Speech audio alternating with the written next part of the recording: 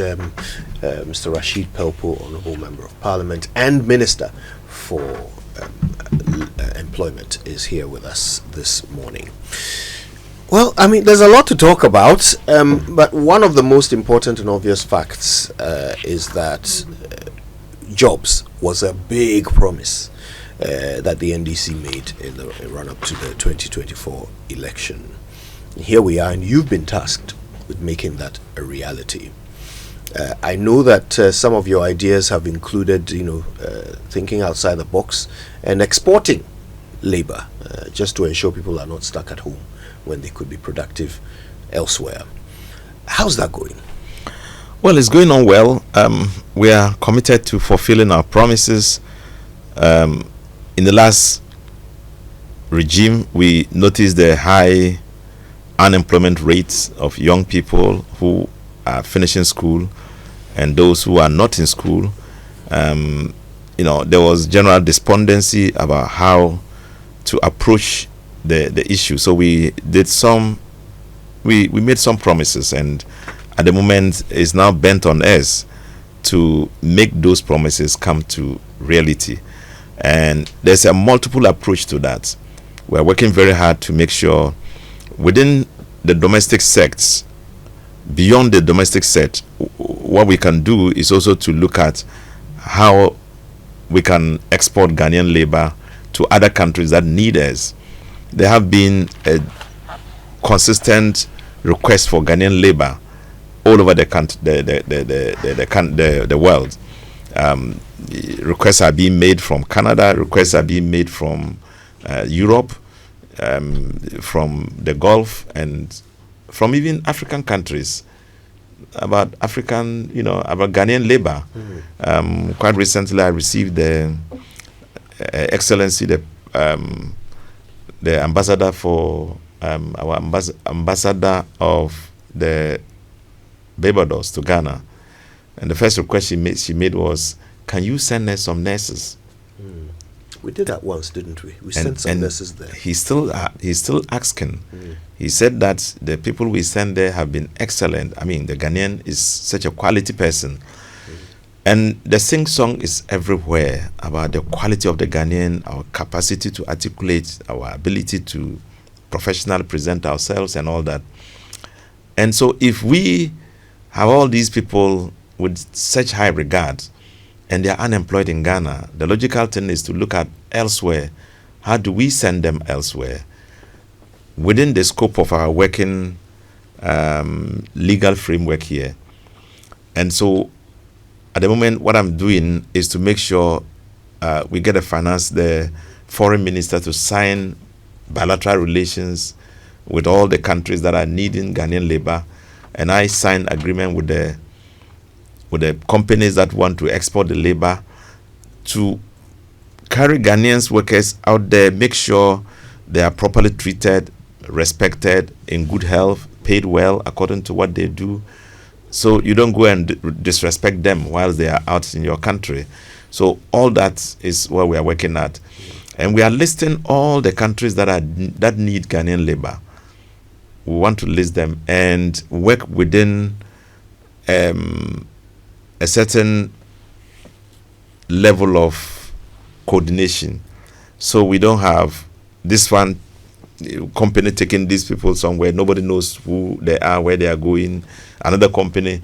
So we will synchronize all of it and work within the framework to fall within our Ghanaian labor regulations and laws, so that we can control who is going out and how long they are going to stay, how many years they want to sign agreements before they come back to Ghana. Do we have actual agreements with any specific countries right now? At the moment, I'm stopping the indiscriminate sending of people out. I want the agreements to be signed, and so we are on track to do all that. Yesterday, I had a meeting with the Minister for Foreign Affairs, and we agreed that he would sign the agreements, and then we can then get the companies that are sending them, give them the go ahead, give each company a certificate before you can send Ghanaian workers out. So everything's regulated within a space. Concerned about some of the professions that we'll be exporting, bearing in mind that we have a shortage of those professions here in Ghana ourselves. I mean, nurse to patient ratio is not commendable, but we're unable as a government to employ them. That problem we are expecting to see solved at some point. Are we not? How are we working things out so that by the time we are able to employ more nurses, we haven't lost them all to other countries? Well, we have nurses who are complaining that they have finished school and for 3 years they are looking for a job. They don't know where to find a job. And we don't seem to have the capacity to absorb all the people we are training. We have teachers who are all about looking for a placement. They are unable to get placements.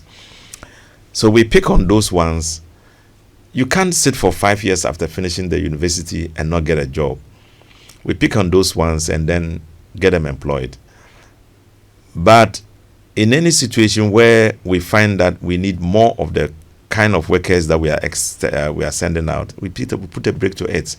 Every year they come out. So we put a break to it and employ those that are coming out to fill the space. We don't want a situation where we will brain drain our country. We want a situation where we send excess labor, not labor that we require ourselves. So we are very cautious in sending doctors. We are very cautious in even sending nurses. We are cautious in sending teachers. But other workers who have trained to be, for example, who are trained in the skill labor, of carpentry, of driving and moving big vehicles, and there are not many vehicles here to move, and they have that skill. We get them to go and do it somewhere. Plumbers who work very well, and for 5 years they don't have any major job to do. We let them take them, I've actually taken a second look. The nurse to patient ratio is not bad. It's the doctor to patient ratio that is terrible in Ghana. If you just joined us, we're talking to Rashid Pelpuo. He's the Minister for Employment. Exactly, and talking about employment, I know there's a ministry in charge of trade and agribusiness. There's a Ministry of Agriculture, but of course we've consistently reminded the whole world and ourselves that we are an economy based on an agrarian economy. So majority of our jobs would also come from that particular area. How are you ensuring that a lot of attention is focused on agriculture, which can generate lots of jobs? We have taken note that agriculture forms about 60% of our workforce. It's a very important area in our drive to address the job inadequacy in Ghana. And that's why we went to the next length of establishing the agribusiness, the ministry in charge of agribusiness, which is going to be processing what is produced from the farm into what can be sold in the market in a different form. So we want to now just not export the finished product, the raw primary material, but to be able to process it into something, something much more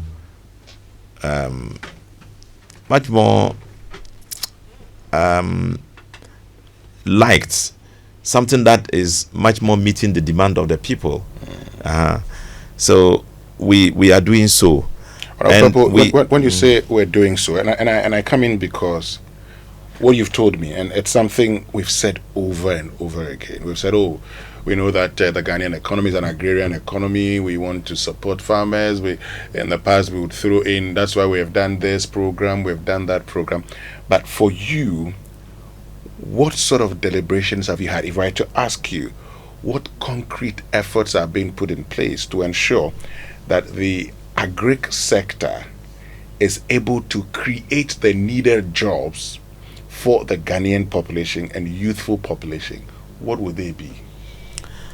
Well, I don't know whether you've not heard us talking about mechanizing the agriculture sector, providing equipment, providing farm implements, and some other materials that are required to beef up the sector, to increase production, and also to make sure there's a market for those products in the form of the transformation of agricultural products into finished goods.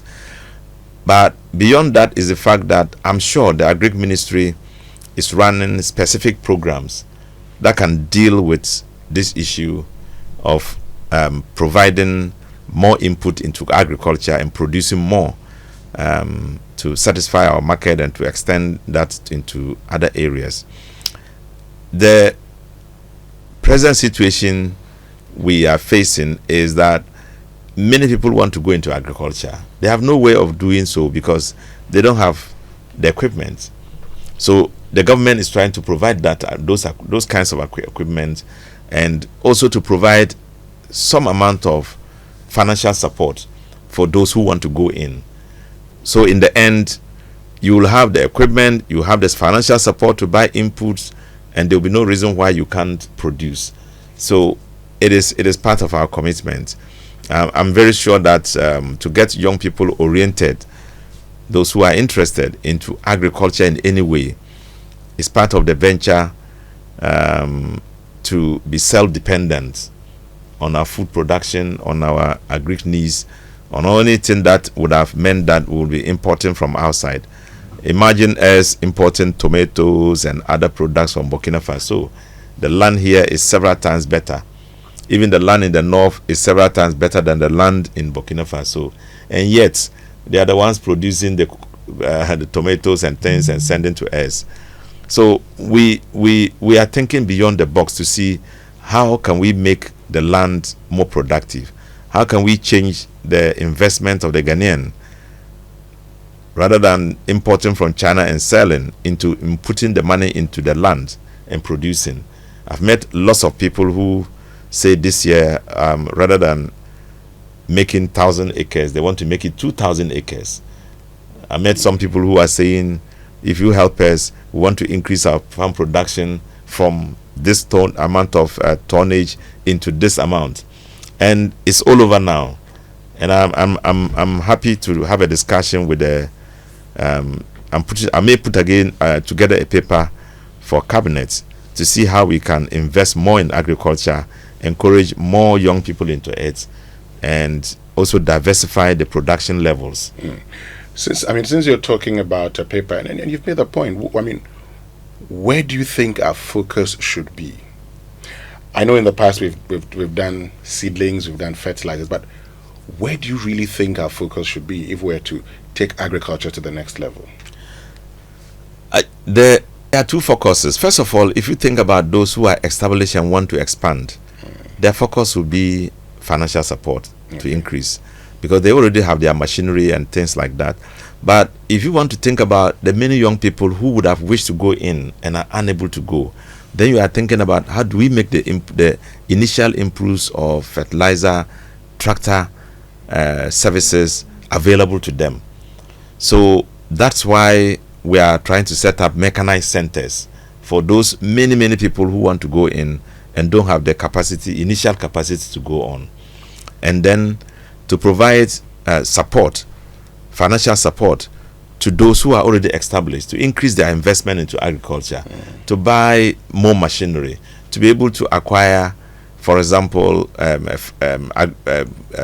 maize processing machine, and then, or a combined harvester, kind of. So those are all levels we are putting our emphasis on. Yeah. Honorable, I know your job is big and is connected to almost everything. For example, when it comes to creating employment with agric in your region has some of the worst routes in the country. Yes. From, if you get to the Sola Junction all the way up, if you get to Tumu, Sisala East, Sisala West, almost all the places. Chala, you know my region, Papa. Your culverts, most of them are damaged. Your roads are bad. As Minister of Employment, knowing that roads enable employment and all that, are you looking at some of those things? And what are some of the things you are drawing into those areas to enable growth? Well, quite recently, I was the leader of the Upper West Parliamentary Caucus. Before I handed over, one of the things we discussed was to present a common position to the president and say, look, in the campaign, we spoke about the need to invest in the roads. Terrible road situation in the Sisala area and the Wa East, Wa West areas. Bad roads between Wa connecting to the south of Ghana, bad roads between Wa connecting to the Upper East region, terrible.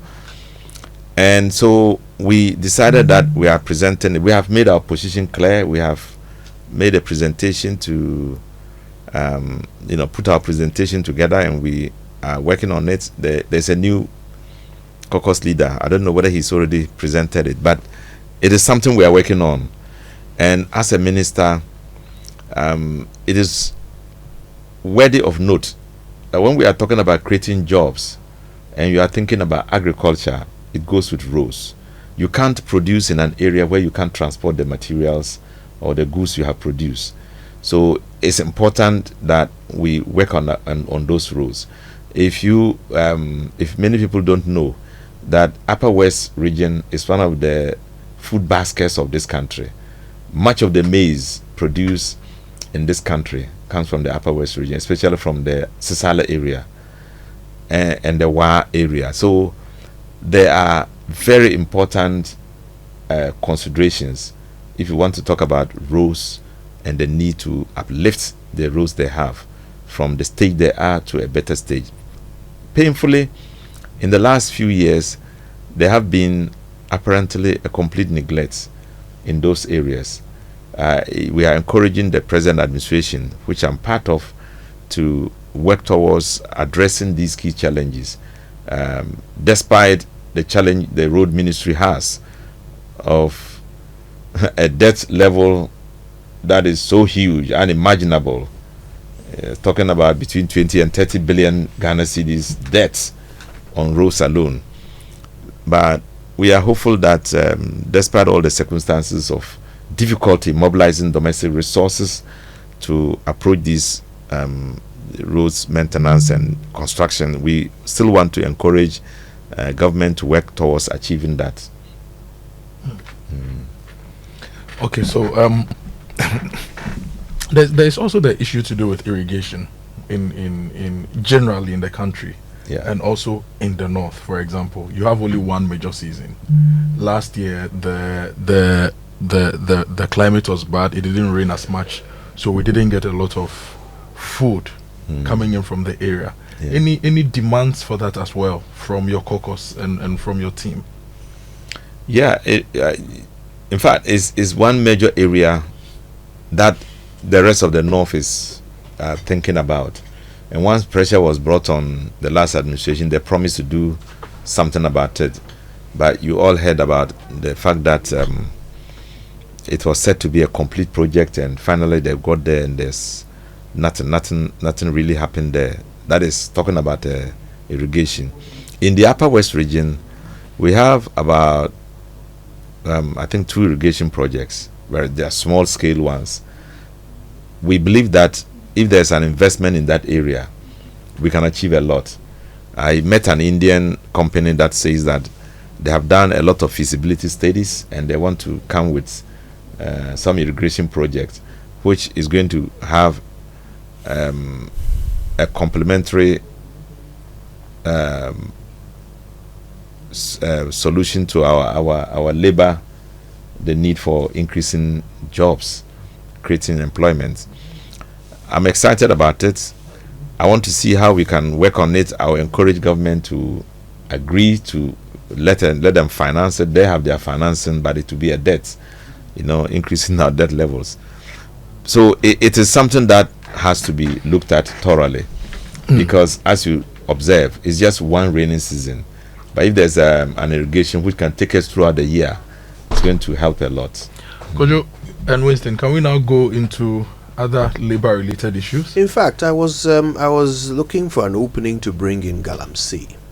Before you get to Galamsey, if I may, since we are talking about labor, You know, the new government came and people have been relieved of their duties. There are people who went through the public service structure, rose to be directors. They were not political appointees. They've been asked to go home. So people are losing their jobs, and it's part of employment.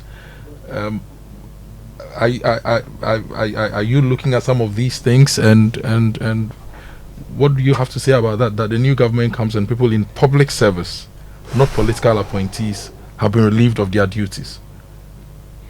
Well, it's something. I don't know of the many situations where people who are already working in public service had been working for a long time and has been relieved of their duties. What I know about are those that have been crashed into employment after the MPP lost. After they lost, they employed 12,000 people they put 12,000 people into service. The president has directed that the complaints going to him about people losing their jobs, as you have said, we should investigate it. I'm co-chairing with Nana Oyi, Deputy Chief of Staff, and we are going comprehensively into it. I also don't like the situation where people are relieved of their job when they shouldn't have been relieved at all. And I believe in Professor Mills when he came into office and said, look, I am a president, I'm father for all, I'm going to keep everybody in job. And so many people were left in their job, especially chief executives. They stayed on until John Mahama, and John Mahama didn't touch them. I was in a few moments ago saying some words of praise to Professor Dr. Asante, who worked as CEO of Ghana Gas. He said, look, he worked in the NDC time when the MPP, he was employed in the MPP regime. When the NDC came, they didn't sack him. John Mahama even promoted him. He became the chief executive. And then in the MPP time, his own people, they kept him there. And he represented for me the kind of Ghanaian I want to see. You know, the technocrat who is working, who, despite all political differences, will show and demonstrate class and commitment to work. And we don't need to sack such people at all. But to employ people with the impression that let's cripple this government, how do you take 12,000 people within the space of less than 1 month into office after you are declared a loser in an election? So that's how come those people are maybe asked to retire from services. Because if you are not properly employed, then you go back and apply again. You may be lucky to be employed again. But what if, for instance, the person applied? Yeah. He was giving an employment, letter, say in November before the elections. Starts in December or maybe in January. He's gone through the whole process because there was need for that particular role. His interviews were before the elections. Must he also be removed? No, at all, not at all. I told you I'm the chairman of this committee. We are sorting out all people who have gone through the normal way. Not sit in the house, they call you, come and take a letter, then you go and take and start working. No record, nothing of any application you have even written. Nothing, no. Some even sent documents which were false documents. They didn't go through the educational system they profess to have gone through. Just present something in the form of a degree and then they are absorbed into the service. Some are really criminal in nature. Okay. And those are the ones that we are curious about. So now there are people at home. When do you think you can finish this process so that those who legitimately got their jobs can get back to work and earn some money? Oh, in less than a week, I'm sure this job is finished. We started working at this the last 2 weeks, and this is the third week. I hope that the president, John Dramani Mahama, views this thing and said, look, I don't want to leave this country as a president and there will be such question marks on my head.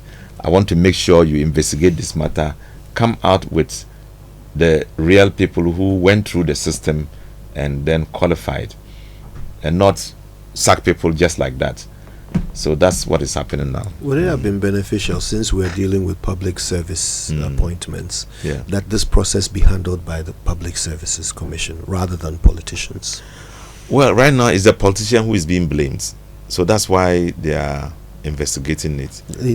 Probably a better reason why the solution should not also come from politicians. In actual fact, we just chair, but the people who are doing the investigation are public servants. They are picked from public servants, the various public service organizations, and we are simply chairing it. They're still subject to your And let me tell you authority. something. No, I don't go into the day-to-day checking of the thing. We presented the issues to them. We retired. We simply chair the outcome. When they bring the outcome as a report, we receive it and publish it. We are not going to be there and say, "Look, this person, never employ him." No, this person, whether you do it or we won't. No. I mean, you know who John Mahama is. He wouldn't even tolerate that kind of thing. He wants a true picture of the situation. Okay, quick one. The Ghana Gas CEO, I think he was appointed CEO by Akufo-Addo, but he was appointed under the Mills administration. I think he was technical advisor. Yes. But for CEO, it was Akufo-Addo who made him CEO. I think you had indicated that President Mahama made him CEO in his first term. But it was Akufo-Addo that appointed him CEO. But he was technical advisor, technical director. Director, yeah. Right, under Professor Mills. Yeah. I mean, I'm just citing him because he's one person who has been very professional in his duty, and he told me he was very happy that he wasn't tagged to be a political person and dismissed. Nana came, he saw him to be so, he even promoted him, and that's the kind of character I want to see happening in Ghana, that people, by the output of your work, will demonstrate high class output and professional output.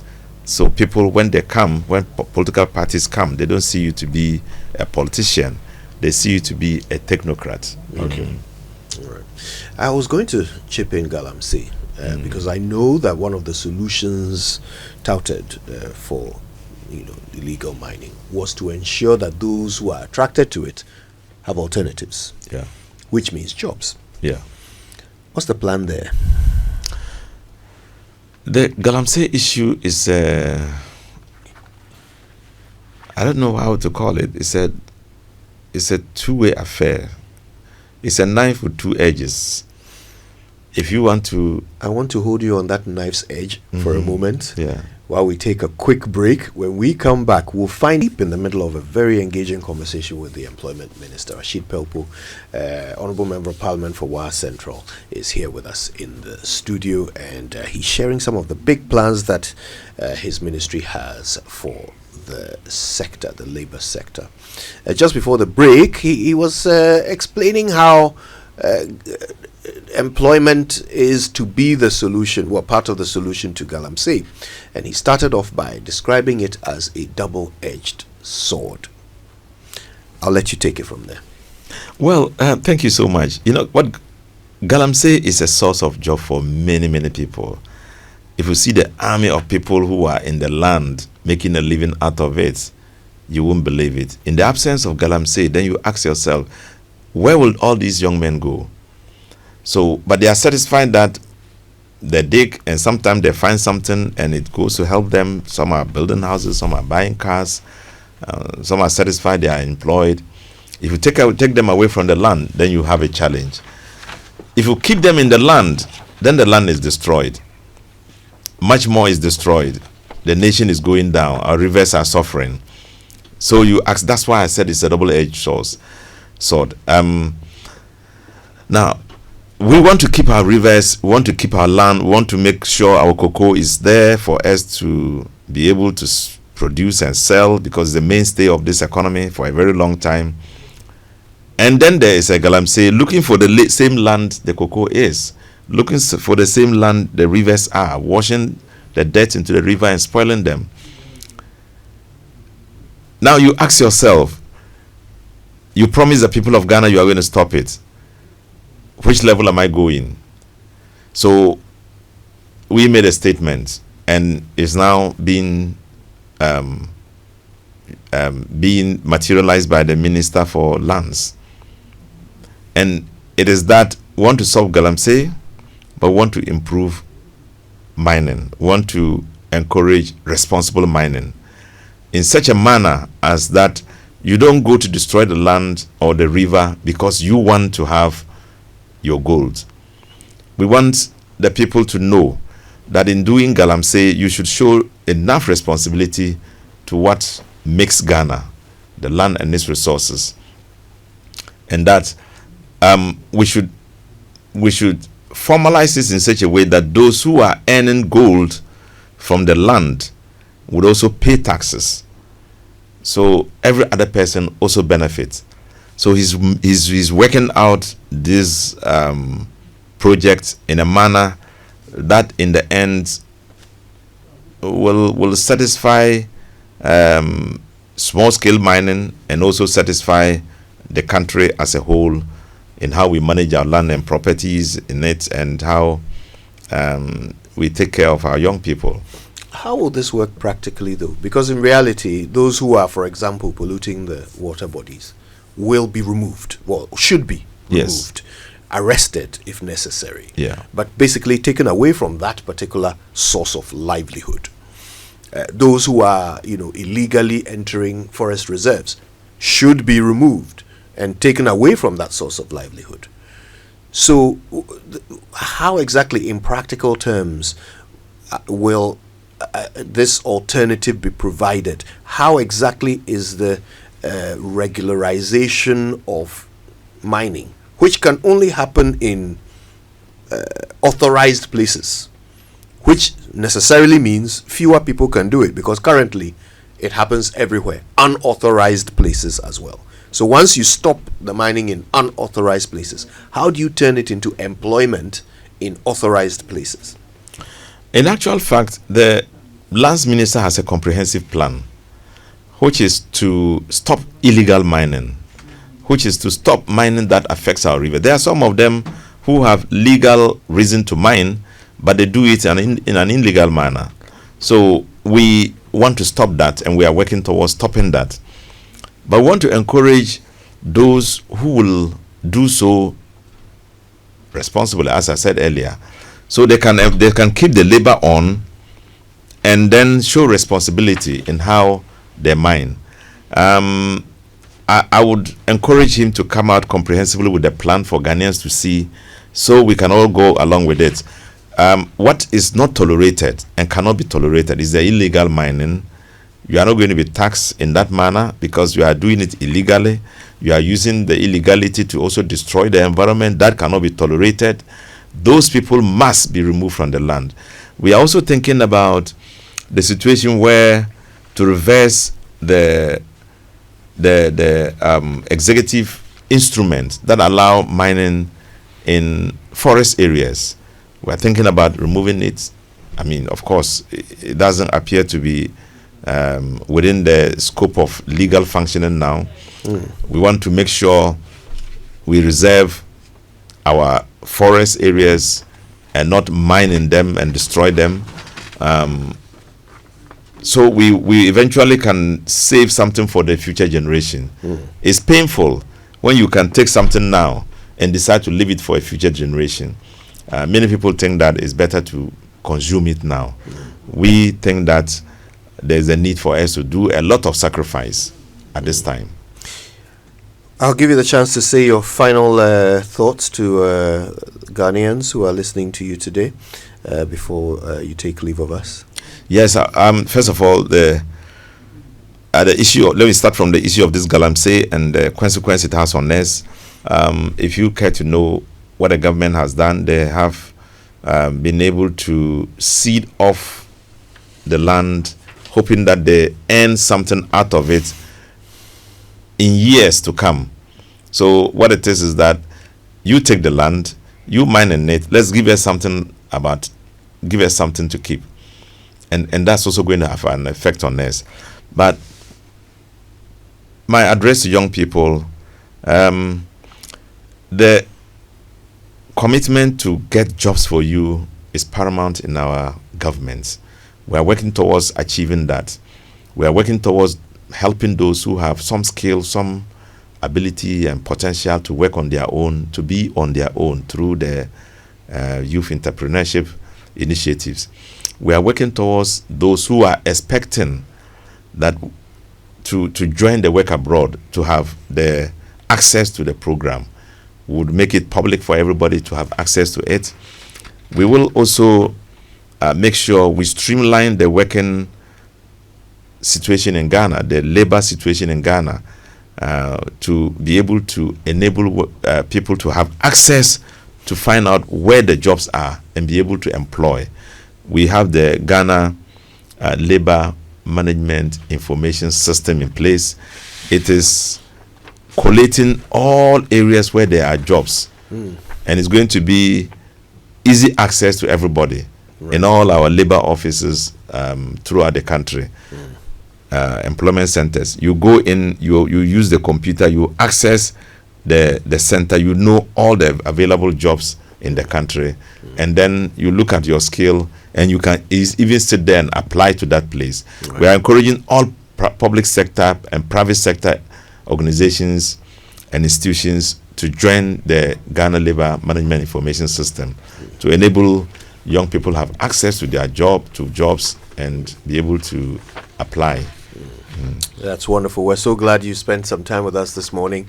Mr. Rashid Pelpuo, Honorable Member of Parliament for Wa Central and Minister for Employment. We appreciate you very much. Thank you. Thank you so much.